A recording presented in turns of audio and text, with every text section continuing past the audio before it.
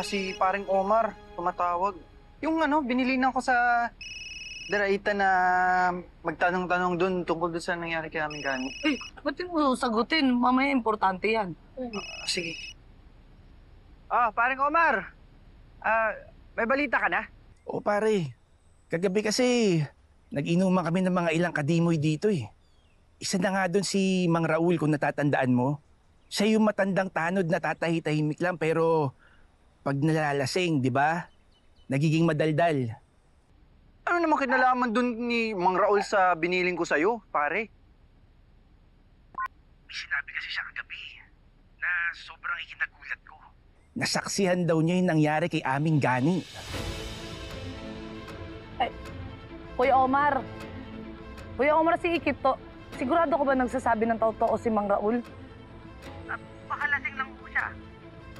Matagal na namin nakakainuman yun, Ikit. Kabisado na namin si Mang Raul. Kaya alam kong hindi siya nag-iimbento lang. Totoong may alam siya sa sinapit ng tatay mo.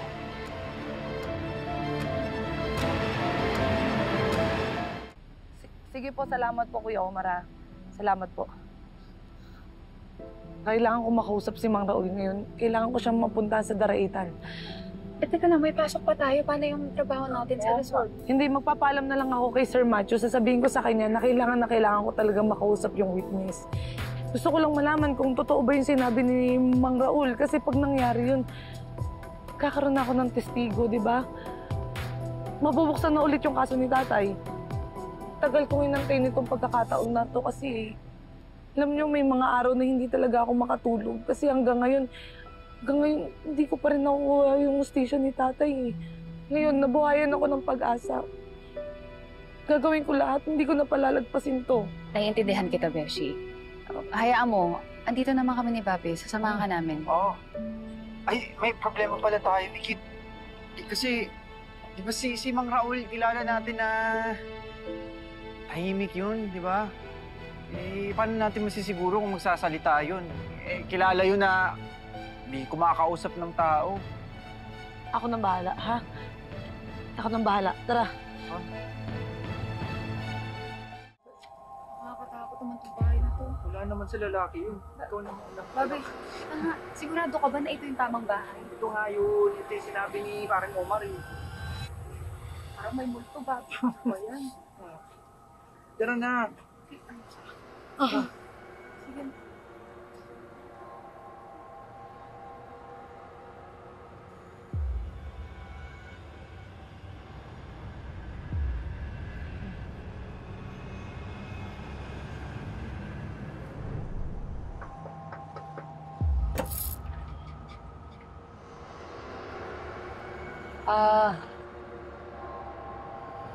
Mang Raul, ako po. Naligaw kayo?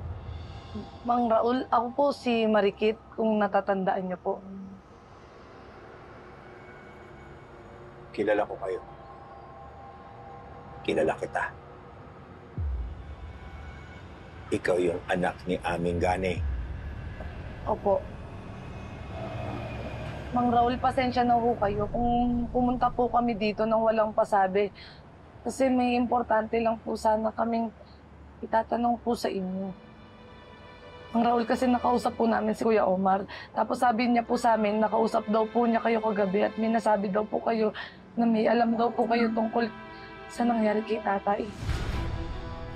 Mang Raul, gusto ko po kasi malaman kung ano po talaga yung totoong nangyari. May nakikiusap po ako.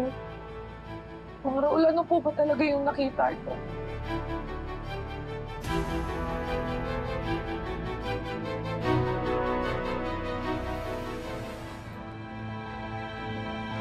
Pasensya na. Ayokong makialam. Sabi sa inyo, mahilap pong matang lang yan eh. Lalo na pag walang amats. Nadalas eh.